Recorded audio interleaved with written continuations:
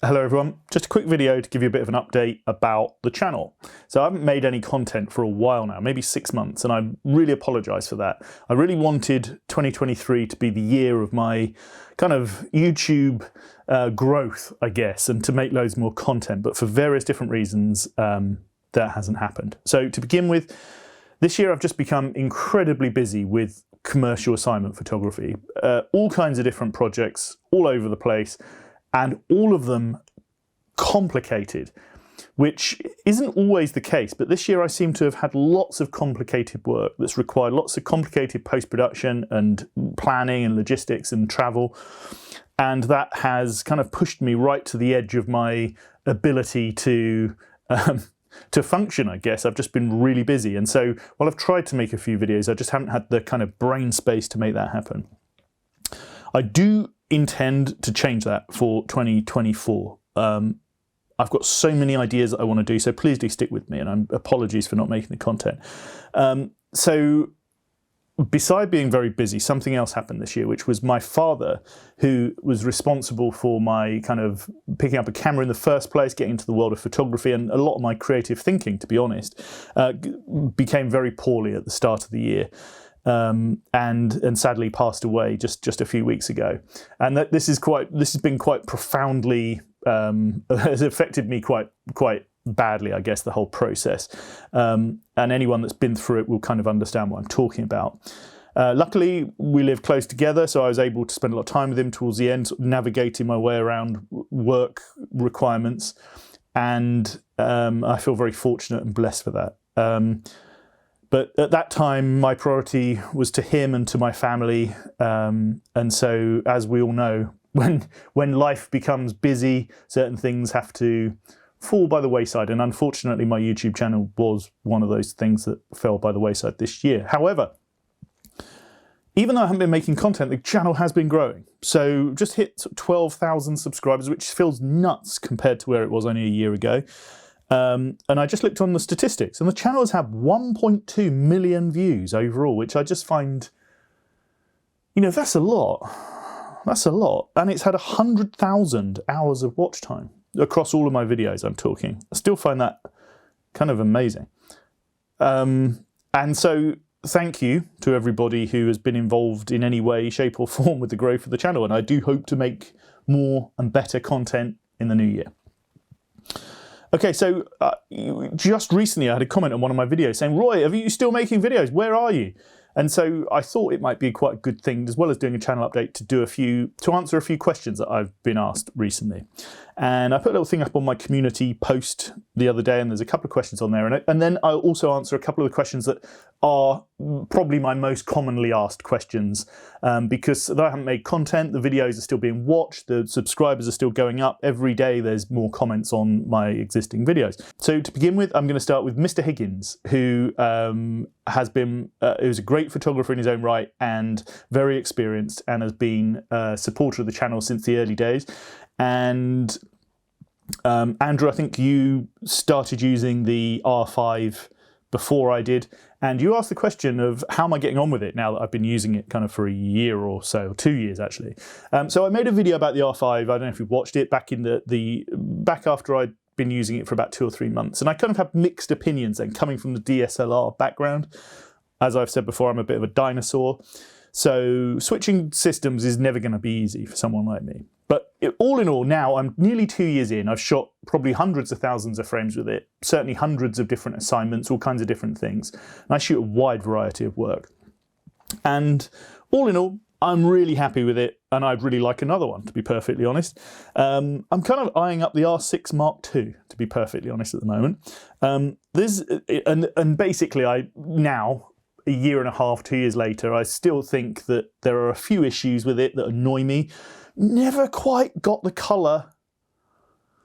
I was processing some pictures from a 5D Mark IV the other day that client needed, and just the colour just looked right. Didn't need to do very much. The colour was just great. I don't often get that with the R5. I don't know if anybody, and I know everyone talks about using different post-production software and whatever, and I have tried a lot of those, a lot of different packages. I'm a mainly Lightroom user and Photoshop. Although I do use Canon DPP, and I do use a couple of the other sort of major software packages as well. And I've had that problem with the colour across the board pretty much, but it is fixable, and it, you know, really I've found a few workflows around that kind of bring it back to where I want it to be, and with a little bit of work I can get anything that I want out of this, so I'm not unhappy at all. Image quality is fantastic. The build quality of this thing, I'll do another update video about the R5, bigger video. Let's talk about some of the things that are kind of at the forefront of my mind at the moment. Autofocus, brilliant. I was going to talk about build quality. It seems to be holding up quite well, apart from the wobbly hot shoe on the top, which I think people are quite commonly, it's a quite a commonly known issue. I did get the wobbly hot shoe and I did fix it following some of the YouTube videos that you can find. It's a little bit hairy, to be perfectly honest, and I wouldn't recommend it to anyone. I was in a position where I had to do it because I had an assignment where I was going to be using a lot of flash and it was wobbling and it was becoming a problem. And the flash hot shoe just wobbles around because the screws inside are fixed from inside rather than any other way. And the way that you solve it is by cracking the camera open, pulling its heart and lungs out basically, and then getting in there with a screwdriver and tightening it up. Canon will do it for you, but it takes a while. I didn't have the time, so I just did it myself and it's been fine ever since. I have dropped one of the lenses and it broke, so build quality of the lenses I'm unsure of. I was very unsure of it when I broke my first lens because it didn't really fall very far and it cost a fortune to repair. But then, you know, I was walking around talking about that, saying to anyone that would listen how bad the build quality was, and literally that day I dropped the camera from this height with this lens on it onto concrete, you know, without any means of stopping it, and it fell, and I thought, oh my god, that is it, I've poleaxed it, it's done. It sounded really bad, it sounded bad, and I picked it up and it was completely perfect. I cracked the lens hood, but that was it. I couldn't believe that. So when I talk about build quality, those two experiences are different ends of the spectrum. You know, one it dropped like 2 inches onto carpet and the lens fell apart, and the other one it dropped from head height onto concrete and it was fine. Who knows? It's still going strong after a couple of years. Video is amazing. Image quality, the motor drive, really it's the best camera in the world, to be perfectly honest. It's me. I still find the controls a little bit confusing sometimes. I don't find it very intuitive, but you know, and I've spoken to a lot of other professional photographers about that, and it's quite funny because I think everybody struggles with it a little bit, to be honest. Some claim that they don't, but I think everybody probably does. Okay, so that's the R5. I think it's a great camera. You can pick them up for a really good price now as well. But I'm interested in the R6 Mark II. If anyone's played with one of those, you know, knows what they're talking about, let me know.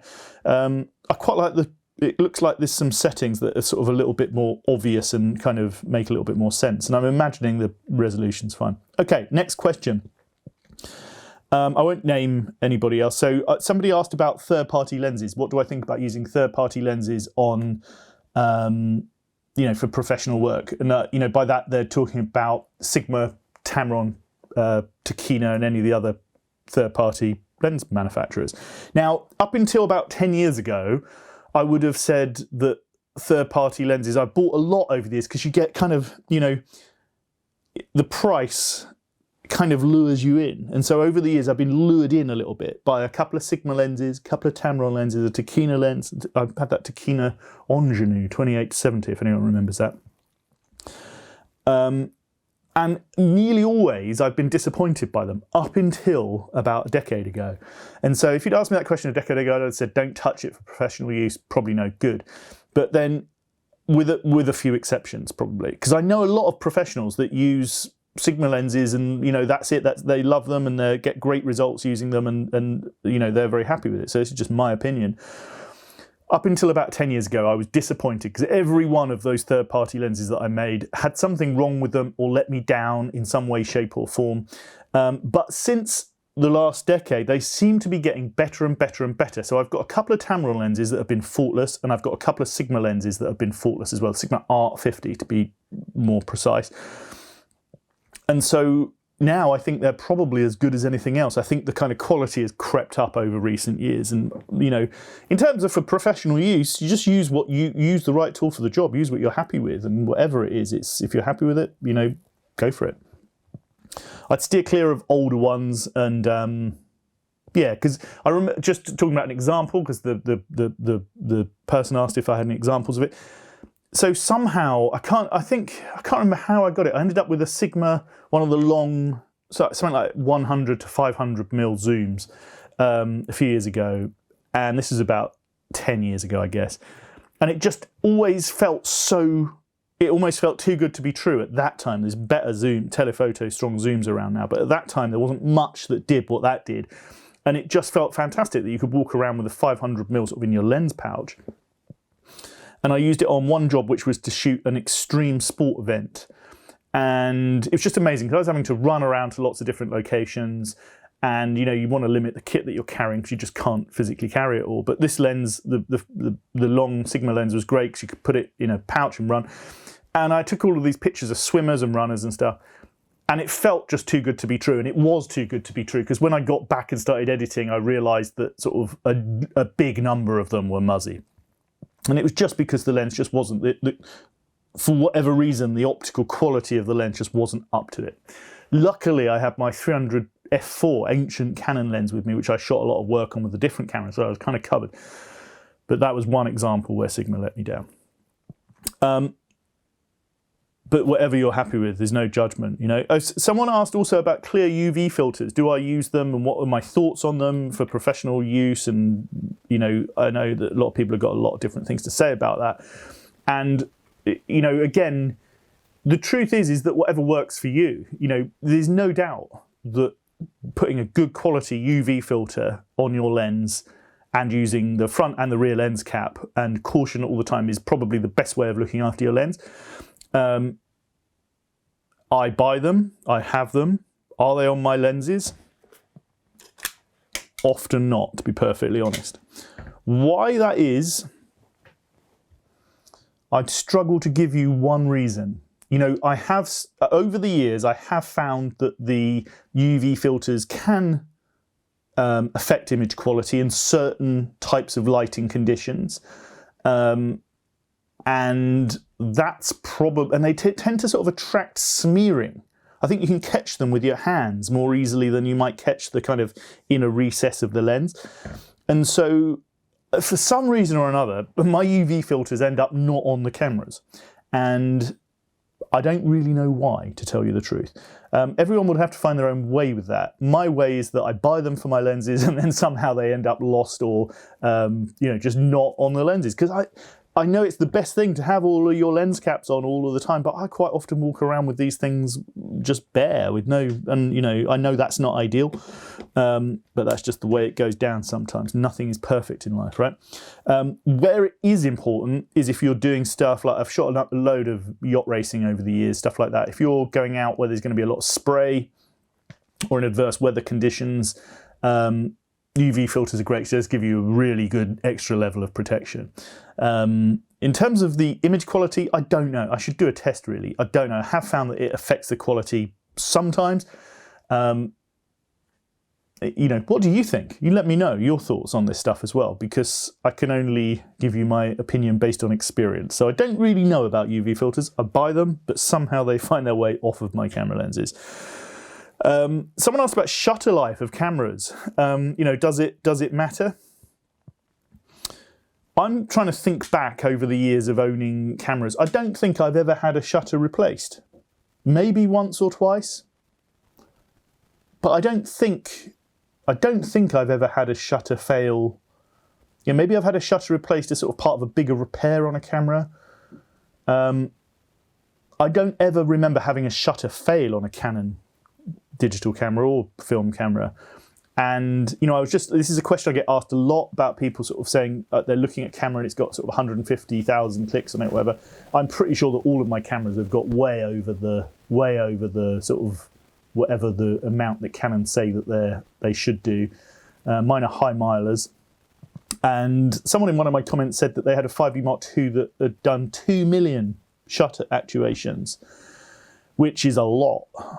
Original shutter, apparently. I don't know. Let me know. Who's got high shutter count? I would say, if I had to take a running stab at a guess, I would say that my 5D 4, 5D Mark III and 2s have both probably got all probably got close to 500,000 shutter actuations on them, I would say. This is probably 250,000, something like that. So to me, it's not important, but who can say? I think the sort of overall, sort of looking at the overall quality of the camera for how well it's been looked after is probably just as important. The next question that I get asked literally all of the time, and I'll keep this as the last question, is should I upgrade? People using a Rebel camera or a crop sensor camera are looking at full frame cameras and they're saying, should I upgrade? Should I upgrade? And my answer nearly always is, I always ask people to say, well, what is it that your current camera won't do that you want something different to do? And you get a variety of different answers about that. I mean, I'll tell you the reasons why I upgrade. I upgrade cameras because a new bit of technology is doing something that my existing cameras can't do. So when the focusing on the R5 came out and I tried it, I knew that was something that would, for various different reasons, I've had lots of eye problems. I knew that improved focusing would help my business, would help my photography, and it has. So that to me is enough reason. It's got this thing on it that is better than it was on the old one. That is worth upgrading for. The next reason why I upgrade is because my cameras get old. Now I'm saying that some of my older cameras have got this many, 500,000 clicks on the shutter or whatever. They do, and they're fine. They still function. But what I want to do is not break them. I want to move on and keep them as backups. Keep them as working, useful cameras that I can use for various different things before they go wrong. So as soon as one of my cameras starts looking a little bit long in the tooth, I will upgrade to a newer model because I do this for a living and I need to have the right tools for the job that are reliable and work and I have backup of. So if you like, it's a very different purpose. Those are my main priorities when I'm upgrading. Does it have something in it that is better than I've got already? And is it replacing something that's becoming a bit long in the tooth? Both of those to me are great reasons to invest and to move on. If you're not making money from photography, then you really have to search deep to ask yourself, is it really worth your while upgrading? Because I would say that any camera that's been around for, say, the last 10 years, maybe even longer, in the right hands and with some half decent glass on the front and some knowledge, is capable of taking pretty much any picture that you want under most circumstances.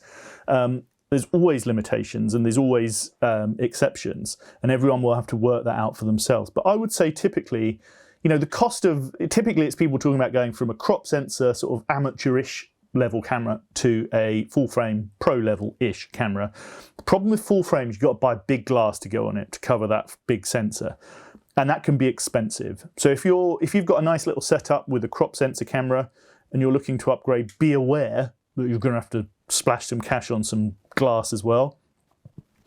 You might have then have different memory cards and stuff like that. There might be other different elements that are involved as well, so additional cost.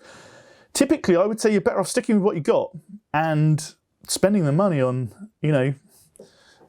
living unwisely, I quite often say. Spend it on having fun, on going somewhere or doing something or learning some stuff about photography. You have to kind of wring out every last bit of juice from your existing gear before you upgrade. I think far too many people kind of hop along on the path of upgrade before they've really used their existing kit to the extent that it's capable of. I hope this has been of some interest to you. I'm sorry it's a bit talky. Is there any other questions that I've missed? I probably have. If you've got any other questions, send me I don't know, do people like this kind of content of just, effectively talking? Oh yeah, happy Christmas, by the way. It's Christmas in just a few days' time. And I hope you all kind of get to spend some time with your families and loved ones and friends or just chilling out and reflecting on the year so far and making some plans for 2024. I said back in 2023, at the beginning of the year, my New Year's resolutions were to get strong and to simplify. And I've had one of the most complicated years so far, and I don't feel that much stronger, to be honest. But, there's always tomorrow to begin, right? We will see, who knows. Thank you very much for watching. Happy Christmas, Merry New Year if I don't talk to you before, and I hope to be back in 2024 with lots more content. Thank you for watching. Goodbye.